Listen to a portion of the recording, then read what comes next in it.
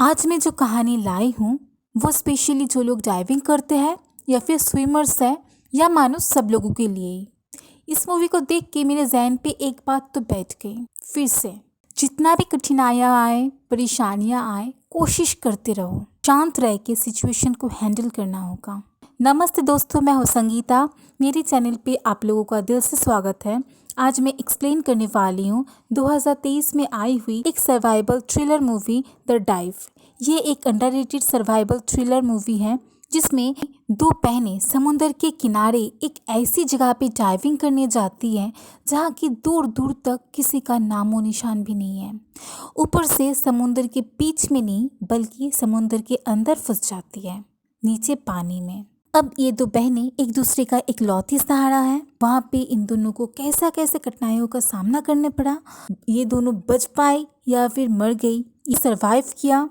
एकदम नए टेस्ट की कहानी है, तो दोस्तों अंत तक ज़रूर बने रहना। मूवी का कहानी शुरू होने से पहले ज़रूर लाइक कर देना। तो चलो दोस्तों, ज़्यादा देरी ना करके मूवी का कहानी शुरू करती हूँ। मूवी की शुरुआत में हम दो बहनों को देख पाते हैं जिनका नाम होता है मे और ड्रू। वो लोग साल में एक बार ही मिलते हैं और वो भी डाइविंग करने के लिए, क्योंकि उनके फादर ने ये डाइविंग उन्हें सिखाई थी जो कि अब नहीं रहे। उनके याद में वे लोग मिलते हैं और डाइविंग करते हैं। उन दोनों की माँ ड्रू के साथ ही रहती है। खैर, दो बहनें शहर से बहुत दूर समुंदर के एक शांत किनारे पे पहुंच जाती है और कार को पहाड़ के एक साइड में पार्क करके ऊपर से सारा एक्स्ट्रा सामान लेके नीचे समुंदर के किनारे रख देती हैं, जैसे कि एक्स्ट्रा ऑक्सीजन टैंक्स, मास्क और स्विमिंग सूट। फिर वे दोनों डाइविंग सूट पहन के समुंदर में छलांग लगा देते हैं। ये पूरा इंटरकॉम सिस्टम है, या फिर इजी भाषा में हम लोग कह सकते हैं वॉकी टॉकी। समुंदर के थोड़ा नीचे जाते ही बहुत सारे गुफा, पत्थर, चट्टानें थी जिनके बीच से जाते जाते वे लोग एक एयर पॉकेट तक पहुंच जाती हैं। अपनी सिलेंडर से थोड़ा ऑक्सीजन उस पॉकेट में भरने के बाद उनका मास्क उतार के थोड़ी देर रेस्ट कर लेती हैं, जहाँ पे ड्रू मे को कहती है, मज़ा आ रहा है ना, क्योंकि हर साल तो मैं ही तुम्हें बुलाती हूँ और तुम्हारा रिएक्शन देख के तो नहीं लगता है कि तुम इंटरेस्टेड हो, लेकिन फिर भी ज़बरदस्ती तुम आती हो। तुम्हारे जाने के बाद हमारा लाइफ खाली खाली सा लगता है। बस ये सुन के मैं फिर से गुस्सा होके बिना कुछ कही वापस चली जाती है। वापस ऊपर जाते वक्त कई सारे पत्थर अचानक ऊपर चट्टान से गिरने लगी, तो खुद को बचाने के लिए मैं साइड में ही रुक गई, लेकिन फिर भी ऊपर से एक बड़ा सा पत्थर उसके ऊपर गिरते ही उसे साथ लेके नीचे चला जाता है।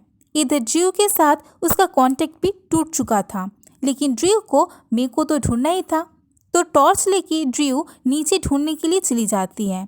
चट्टान के सतह पे पहुंच के उसने एक रस्सी को पत्थर से बांध के रस्सी लेके आगे बढ़ने लगी, ताकि आगे जाते हुए कोई दिक्कत ना हो। थोड़ा आगे जाते ही मे से फिर से कनेक्ट हो गई। यहाँ पे मे बताती है कि वो एक जगह पे फंस चुकी है, हिल भी नहीं पा रही है, तो ड्रू उसे टॉर्च की लाइट जलाने के लिए कहती है ताकि देख पाए।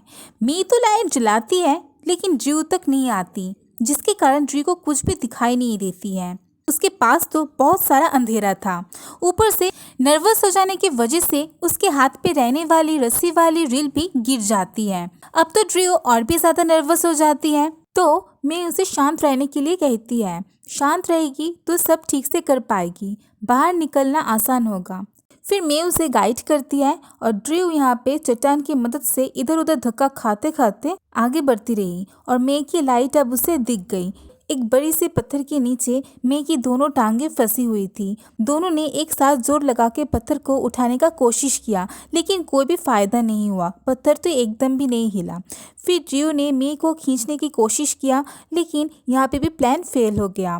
फिर मे बोलती है उसकी ऑक्सीजन लेवल हार्डली 20 से 25 मिनट तक चल पाएगी। इतने में से तुम ऊपर जाके किसी को कॉल करके हेल्प मांग लो और फिर ऑक्सीजन की टैंक लेके नीचे आ जाओ। 2 ऑक्सीजन की टैंक पड़े हुए हैं किनारे के पास और 2 है कार की डिक्की में।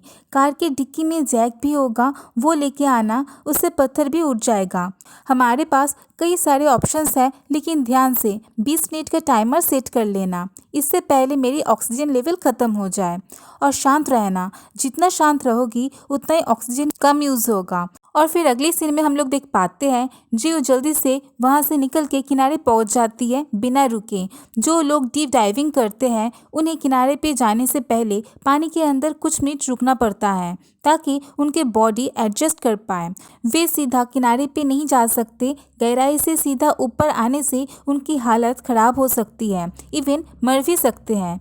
और यहाँ पे तो जियो को बहुत ही जल्दी थी तो वो टाइम ज़ाया नहीं करके जल्दी से ऊपर आ जाती है। फिर वो किनारे के ऊपर आते ही देख पाती है वहाँ उनके सामानों के ऊपर कई सारे पत्थर गिरे पड़े थे। इनके फ़ोन्स और ऑक्सीजन टैंक्स भी पत्थरों के नीचे दब गए थे। फिर उसने वो पत्थरों को हटाने का कोशिश किया लेकिन कोई फ़ायदा नहीं हुआ। ऊपर से वो टाइमर सेट करना भी भूल गई थी तो कुछ मिनट्स यहाँ पे वेस्ट हो गए। तो उसने अंदाज़ा लगा के 16 मिनट का टाइमर भी सेट कर दिया। फिर वो जल्दी से कार के पास गई लेकिन कार की चाबी तो वहाँ पे नहीं थी, इसीलिए वो विंडोज़ की कांच तोड़ के दोनों टैंक्स को बाहर निकाल लिया और कार को अनलॉक कर दिया। फिर डिक्की खोलने गई लेकिन चाबी तो नहीं थी। फिर वो कार की सीट को चाकू से चीर के जैक निकालने गई लेकिन वहाँ भी प्रॉब्लम हाजिर हो गई थी क्योंकि वहाँ पे प्लेट थी। तो वो वक्त ज़ाया ना करके दोनों ऑक्सीजन सिलेंडर को लेके नीचे जाने लगी। अचानक उसके हाथ से एक सिलेंडर फिसल जाती है तो वो फिर उठा के स्विमिंग मास्क पहन के डाइविंग के लिए तैयार होने लगी। वैसे तो उसे भी एक नया सिलेंडर लेना चाहिए था लेकिन उसने सोचा कि पूरा ना सही एटलीस्ट काम तो चल जाएगा। और तभी समुद्र के बीच एक बोट देख के हेल्प के लिए चिल्लाने लग गई। लेकिन इधर टाइम निकल रहा था तो वो एक सिलेंडर लेके पानी में उतर गई। जाते जाते भी वो बोट की तरफ हाथ उठा के हेल्प के लिए चिल्लाती रही। इसी बीच उसके हाथ से एक सिलेंडर फिसल जाती है। इधर मैं अपने आप को शांत रखने की कोशिश कर रही थी लेकिन अंधेरों की वजह से और इतनी गहराई में अकेले दिमाग को शांत रखना काफ़ी मुश्किल था। ऊपर से टाइम कम होने की वजह से जल्दी उसकी ऑक्सीजन खत्म हो जाती है। अब वो सांसें रोक के चारों ओर देख के सोच रही थी काश मदद के लिए जियो आ जाती। और ठीक तभी जियो वहाँ पे हाजिर हो जाती है। उसने मे को अपने टैंक से ऑक्सीजन दी लेकिन वो तो खाली होने वाली थी। अब दोस्तों इतना प्रॉब्लम्स तो काफ़ी नहीं थी, अब और एक प्रॉब्लम आ गई। जियो को वो खो जाने वाली टैंक ढूंढ के लाना पड़ेगा। प्रॉब्लम की बात यह है कि उसके पास तो ये एक ही टैंक बचा है। अब उसके पास जो सिलेंडर है वो तो अपने साथ वो ले नहीं जा पाएगी, नहीं तो मे यहाँ पे मर जाएगी। तो वो डिसाइड करती है अपना टैंक मे को दे के बिना टैंक के डाइव करते हुए जाएगी। तो वो टैंक से थोड़ा ऑक्सीजन इनहेल करके चली जाती है लेकिन उसके जाने के बाद मे नोटिस करती है कि वो टैंक लीक हो रहा है। अब तो प्रॉब्लम खत्म होने की उल्टा बढ़ती जा रही थी। इधर सांस रोक के टैंक ढूंढते ढूंढते जियो को वो टैंक मिल जाती है लेकिन वापस जाने की रास्ता वो भूल गई होती है।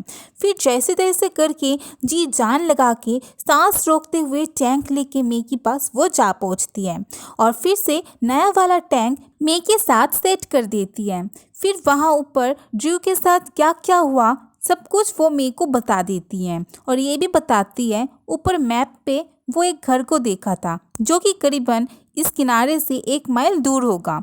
तो मे उसे ऊपर जाके वापस जैक लाने के लिए कहती है। ये भी कहती है कि उसकी टैंक की ऑक्सीजन लीक हो रही है, नया टैंक फिक्स कर लेना और हाँ ऊपर उठने से पहले थोड़ा टाइम पानी में रेस्ट कर लेना। तो ड्रू तभी वहाँ से चली जाती है। वो उसके सब बात मान के भी सिर्फ सरफेस पे उठने से पहले रेस्ट नहीं लिया क्योंकि उसे जल्दी से मे को वहाँ से रेस्क्यू करना था। लेकिन अब सीधा ऊपर जाने की वजह से जियो की हालत बहुत ही ख़राब हो गई थी। वो उल्टी कर रही थी और नाक से भी खून बाहर आ रहा था। पर फिर भी वो कार तक पहुंची, अपने चाकू से डिक्की की लॉक खोलने की कोशिश किया लेकिन डिक्की तो नहीं खुला। फिर उसने मैप देख के उस घर के पास गई लेकिन वहाँ जाके भी उसे एक झटका लगा क्योंकि वो मैप वाले घर असल में कोई घर नहीं बल्कि एक चर्च था जिसकी डोर भी लॉक थी। ऊपर एक कमरा था और बाहर पे एक स्कूटर भी थी। तो उसे लगा कि ऊपर कोई शायद होगा। तो ड्रू स्कूटर को विंडो के नीचे रख के उसके ऊपर चढ़ के विंडो तोड़ के चर्च के अंदर घुस जाती है। अंदर जाके एक जूस का बॉटल उसे मिलती है जो कि वो गटक जाती है। फिर उसे मिला एक हथौड़ा और एक मार्कर पेन जिससे उसने अपने मैप पे अपनी लोकेशन मार्क की और साथ में लिख दिया उन्हें इमरजेंसी एयर और रेस्क्यू के लिए हेल्प चाहिए। उस मैप को चर्च के डोर के सामने रख के हथौड़ा लेके चली जाती है। और इधर हमें मे को दिखाया जाता है जो कि पूरी तरह से बेचैन और नर्वस होके कुछ अजीबोगरीब बातें बड़बड़ा रही थी। उसे अपनी सब पुराने बातें याद आ रही थी जिसके कारण वो और भी नर्वस और बेचैन हो गई थी। अब तो वो खुद ही अपने आप को वहां से निकालने की कोशिश कर रही थी जिसकी वजह से उसका ऑक्सीजन लेवल भी जल्दी से घट रहा था। वैसे तो मूवी में मे क्यों अपने फैमिली से दूर हो गई थी इसका कोई स्पेशल कारण या फिर स्पेशल सीन नहीं दिखाया गया था। फिर मूवी में हमें एक फ्लैशबैक दिखाया जाता है जहाँ पे दो बच्चियों को लेके एक आदमी समुद्र में डाइविंग करने गए होते हैं। मुझे लगता है ये मे और ड्रू अपने पापा के साथ ही समुद्र में डाइविंग करने गए हैं और यहाँ पे मे को जाने का इच्छा नहीं था। वो मना कर रही थी लेकिन फिर भी उनके पापा उनको लेके गए डाइविंग के लिए। तो मुझे लगता है शायद मे इसीलिए अपने फैमिली से दूर हो गई क्योंकि वो डाइविंग करने नहीं जाना चाह रही थी उस दिन और उसका पापा ज़बरदस्ती उन लोगों को डाइविंग करवाने ले गए।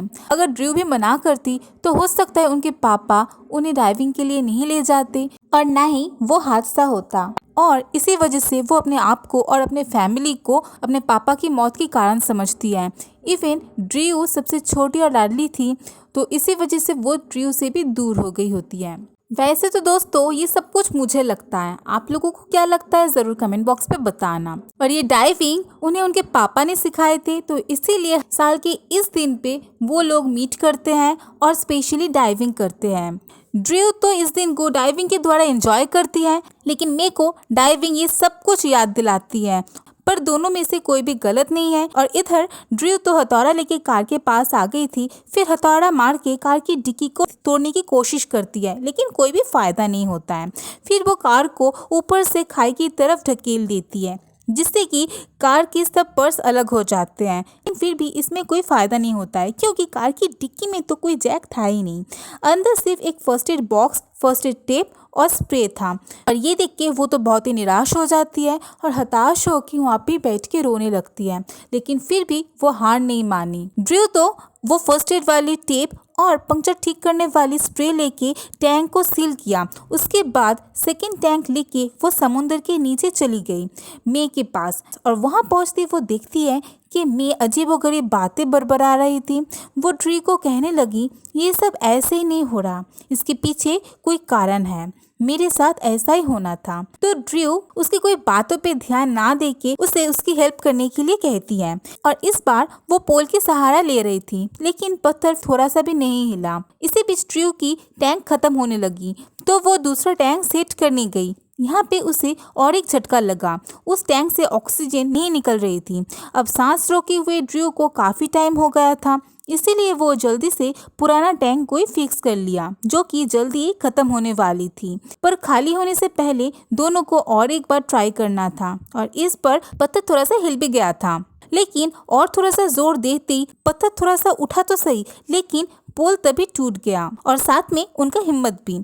फिर ड्रू अपनी एयर जैकेट पत्थर के नीचे फंसा के ऑक्सीजन टैंक से उसमें हवा भरना शुरू कर दिया लेकिन जैकेट का सेफ्टी वाल्व बार बार खुल जाने की वजह से पत्थर ऊपर उठ नहीं रहा था। मैं उसे ऊपर जाने के लिए कह देती है क्योंकि ड्रू की ऑक्सीजन तो खत्म होने वाली थी। ये भी कह के उसे दिलासा देती है कि ये मत सोचो तुम्हारे लिए मेरी जान गई, जैसे कि वो अपने पापा के साथ हुए हादसे के लिए खुद को दोषी समझती है। और मैं तो यहाँ पे हाल ही छोड़ दिया था कि वो बच भी पाएगी तो वो इस सिचुएशन को एक्सेप्ट कर लिया था लेकिन ड्रू फिर भी हार नहीं मानी। वो फिर से अपनी टैंक वहीं पे छोड़ के सांस रोक के तीसरी बार पानी के ऊपर गई जिसके वजह से उसका बॉडी भी वीक हो गई थी और अब उसमें हिलने की भी ताकत नहीं थी। फिर ड्रू थोड़ी देर बाद फिर से नीचे गई और फिर एक पत्थर के साथ पंक्चर वाला स्प्रे लेके स्प्रे को जैकेट के सेफ्टी वाल्व में उसने उस वाल्व को बंद कर दिया। अब दोस्तों फाइनली ये पत्थर थोड़ा सा उठा था और यहाँ पे दोनों ने पत्थर के ऊपर थोड़ा सा जोर लगाया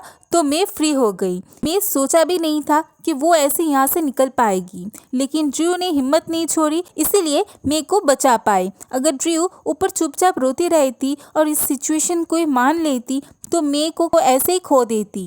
लेकिन यहाँ पे देखने वाली बात ये थी कि ड्रू की हालत अब खराब हो गई थी। मैं को बचाने के लिए उसने अपनी पूरी जी जान लगा दिया था, उसका हालत अब बहुत ही खराब हो गई थी।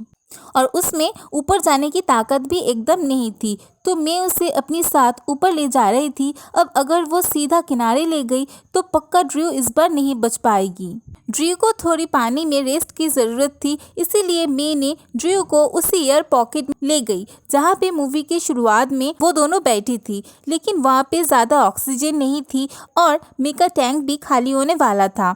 अगर वे दोनों वहाँ पे ज़्यादा टाइम ठहरी तो वो लोग मर जाएंगे, और अगर दोनों डायरेक्ट ऊपर चले जाए तो हो सकता है मैं बच जाए, लेकिन ड्रू तो पक्का नहीं बचेगी। अब इससे बचने के लिए मैं वो खराब टैंक लेके चली जाती है और इधर ड्रू की बॉडी में एकदम भी ताकत ना होने की वजह से वो अपना वेट संभाल नहीं पा रही थी, जिस कारण वो पानी में डूब रही थी। और ऐसे करते ही वो एक टाइम पे पूरी तरह से पानी के अंदर चली गई। जब तक मैं टैंक लेके आई तब तक ड्रू पूरी तरह से अपनी होशो आवाज़ खो चुकी थी। ये देख के मैंने जल्दी से पत्थर में मार मार के उस टैंक की वैल्व तोड़ दिया, जिससे कि ऑक्सीजन उस एयर पॉकेट में भर जाती है। लेकिन ड्रू तब भी सेंसलेस थी। वो बार बार उसके मुंह में ऑक्सीजन देने की कोशिश कर रही थी, लेकिन कुछ भी फ़ायदा नहीं हो रहा था। फिर भी वो ट्राई करती रही। फाइनली ड्रू को होश आ जाता है। कुछ देर वहाँ रहने के बाद मैं ड्रू को लेके समुद्र के ऊपर किनारे आ पहुँचती है, और ऐसे ही दोस्तों दोनों बहनें एक दूसरे को मरने के हाथ से भी बचा लेती है। ये दोनों का नया जन्म है जिससे वे लोग एक साथ रह के जिएंगे। और इसी के साथ ही इस मूवी का कहानी आज खत्म हो जाता है। तो दोस्तों आज का ये मूवी का कहानी आप लोगों को कैसा लगा ज़रूर कमेंट बॉक्स में बताना। अगर अच्छा लगे तो ज़रूर लाइक, कमेंट, शेयर और सब्सक्राइब कर देना। Thank you, bye bye, God bless you, stay blessed, be happy.